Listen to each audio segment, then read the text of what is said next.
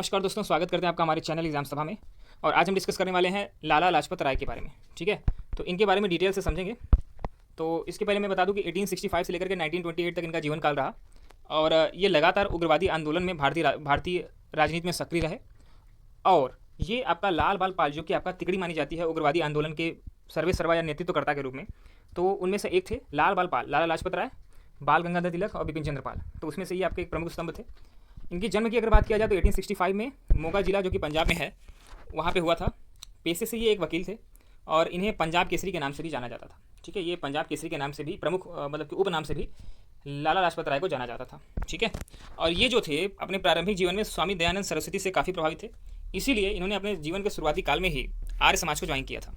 ठीक है, और ये भारतीय सभ्यता में राष्ट्रीयता देखते थे। इनका मानना था कि भारतीय सभ्यता जो है वो एक राष्ट्र है, भारत एक राष्ट्र है और उनमें राष्ट्रीयता की भावना जो है वो आपका इसी के द्वारा धीरे धीरे करके जागृत हुई और यही सहिष्णु राष्ट्र बनाता है। उनका मानना था कि जो भारतीय कल्चर है, जो इंडियन कल्चर है, वही एक नेशनैलिटी है। मतलब आपका नेशनलिज्म की परिभाषा, राष्ट्रीयता की परिभाषा क्या होती है, तो उनके हिसाब से जो भारतीय सभ्यता के जो गुण हैं उनको ही इन्होंने राष्ट्रीयता माना। और उनका मानना था कि एक सहिष्णु राष्ट्र, सहिष्णु मतलब क्या होता है, इसको अगर सरल भाषा समझाने की कोशिश करें, जिसमें कि सभी धर्मों का समान आदर होता हो, ठीक है, और वो आपका लोगों के प्रति उदार हो, ऐसा शासन व्यवस्था। तो उनका मानना था कि एक सहिष्णु राष्ट्र तभी बन सकता है जब वो आपका भारतीय सभ्यता का पालन करे, भारतीय सभ्यता के जो गुण हैं उनको पालन करे या उनको ध्यान में रखे, यही राष्ट्रीयता है, उनका मानना था। लाल बाल पाल में से ये आक्रामक आंदोलन में से एक थे। हिंदू महासभा से ये जुड़े और इनका अस्पृश्यता से लड़ने के लिए इन्होंने कई कार्य किए। इनका मानना था कि अस्पृश्यता, अनटचबिलिटी, जिसको बाद में भीमराव अम्बेडकर ने भी काफ़ी सपोर्ट किया, तो इस तरह की चीज़ें जो है वह ये इनको मुद्दे उठाते रहते थे और धीरे धीरे इसी के द्वारा ये आपका क्या हुआ कि भारतीय राजनीति में वापस आए। सो अगर इनके राजनीतिक जीवन की बात किया जाए तो राजनीतिक जीवन की अगर बात करूं तो इन्होंने भारतीय राष्ट्रीय कांग्रेस को ज्वाइन किया और ये अपने पंजाब में सक्रिय थे। ठीक है, क्या होता है कि किसी भी आदमी का एक प्रांत होता है, एक क्षेत्र होता है जहाँ से वो अपनी आंदोलन की शुरुआत करता है। तो इन्होंने अपनी आंदोलन की शुरुआत पंजाब से की थी। ये पंजाब वो पंजाब नहीं है। आज के डेट में जो आपको पंजाब दिखता है वो आपका पंजाब का एक छोटा सा हिस्सा है, जबकि ज़्यादातर पंजाब जो है वो आपका पाकिस्तान के पास है। ठीक है, तो उस समय का जो पंजाब होता था वो आपका पाकिस्तान प्लस भारत दोनों का जो पंजाब था वो पंजाब था। ठीक है, इंटीग्रेटेड पंजाब था। सो बिना ट्रायल के 1907 में इनको बर्मा भेज दिया गया, क्योंकि मैंने पहले भी बताया था कि लाल बाल पाल ये तीनों उग्रवादी नेता थे। ठीक है, तो ये इसी तरह के आंदोलन करते थे। तो 1908 में बाल गंगाधर तिलक को जेल भेजा गया था और 1907 में आपका लाला लाजपत राय को भी जेल में भेजा गया, लेकिन बिना ट्रायल का भेजा गया था। लेकिन इनके पास कोई एविडेंस नहीं था कि ये आपका इस तरह के आंदोलन में सक्रिय हैं, इसीलिए इनको वापस बुला दिया गया। बंगाल विभाजन का इन्होंने काफ़ी अच्छा खासा विरोध किया था। इनका मानना था ये कहीं ना कहीं दर्शाता है कि जो अंग्रेज़ हैं वो आपका यहाँ पर भारतीय समाज का विकास नहीं चाहते। वो चाहते हैं कि लोग आपस में लड़ते रहें, कम्युनिटी बेस्ड राइट होते रहें, मतलब कि आंदोलन होते रहें और ये आपस में लड़ते रहें, हमारे ऊपर ध्यान न दें। ठीक है, तो इस तरह से उन्होंने बंगाल विभाजन में विरोध किया। होम रूल लीग 1917 में इन्होंने न्यूयॉर्क अमेरिका में शुरुआत की। आप जानते हो कि होम रूल लीग जो है वो आपका कई जगहों पे चलता था। ठीक है, जैसे कि बाल गंगाधर तिलक की बात किया जाए, एनी बेसेंट की बात किया जाए, तो ये सभी क्या है कि आपका अलग अलग तरीके से अपना अपना आंदोलन करते थे। जैसे कि बाल गंगाधर तिलक का जो क्षेत्र था वो आपका महाराष्ट्र का क्षेत्र था। ठीक है, एनी बेसेंट ने आपका साउथ इंडिया में ये सारी चीज़ों करने की कोशिश की। तो इन्होंने आपका न्यूयॉर्क अमेरिका में इसकी शुरुआत की 1917 में, और वहाँ पे जाकर के अंतर्राष्ट्रीय कम्युनिटी से मदद मांगी कि हम भारतीय अपने अधिकारों के लिए भारत में लड़ रहे हैं, इसलिए हमें अंतर्राष्ट्रीय सहयोग की आवश्यकता है। तो इसलिए उन्होंने आह्वान किया अंतर्राष्ट्रीय कम्युनिटी का कि हमारा सहयोग किया जाए। All India trade union Congress के इन्होंने प्रेसिडेंट बनाया गया।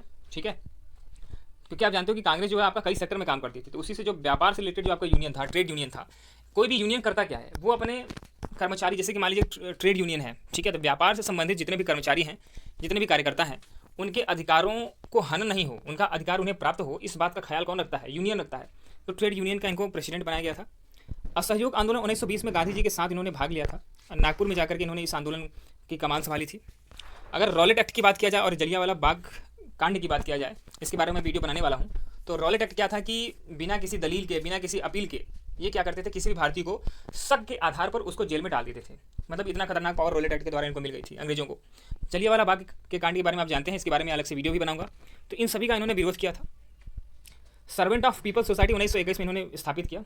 ठीक है, ये कभी कभी एग्जामिनेशन से पूछ लेता है कि सर्वेंट ऑफ पीपल्स सोसाइटी, इसको हल्के में नहीं लेंगे आप। सर्वेंट ऑफ पीपल्स सोसाइटी 1921 की स्थापना किसने की थी? ठीक है, सन भी पूछ सकता है आपसे, या फिर इसका भारतीय समाज में क्या इंपैक्ट पड़ा, ऐसा भी प्रश्न पूछा जा सकता है। सो 1894 में इन्होंने को फाउंडर थे पंजाब नेशनल बैंक के, जो कि पीएनबी आज के तौर पर भी एक अच्छे खासे बैंक के तौर पर जानी जाती है। तो ये आपके को फाउंडर भी रहे थे। 1926 की अगर बात किया जाए तो ये डिप्टी लीडर बने सेंट्रल लेजिस्लेटिव असेंबली के, ठीक है।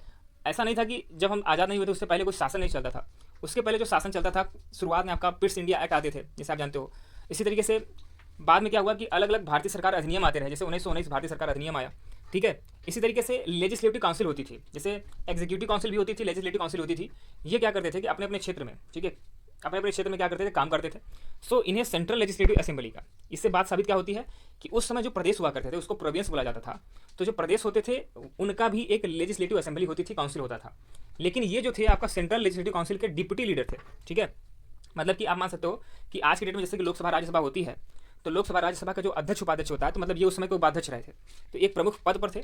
1928 की बात किया जाए तो साइमन कमीशन जो कि भारत आ रहा था, साइमन कमीशन क्यों आया था, आप पढ़ते तो साइमन कमीशन आया था, भारत क्यों आया था, क्योंकि भारत सरकार अधिनियम 1919 लाया गया था। मतलब कुल मिला के ये मानो कि कानून बनाया गया था, जैसे आज के डेट में हमारे यहाँ भारतीय संविधान है ना, तो उसी तरीके से कानून थी भारत सरकार अधिनियम 1919।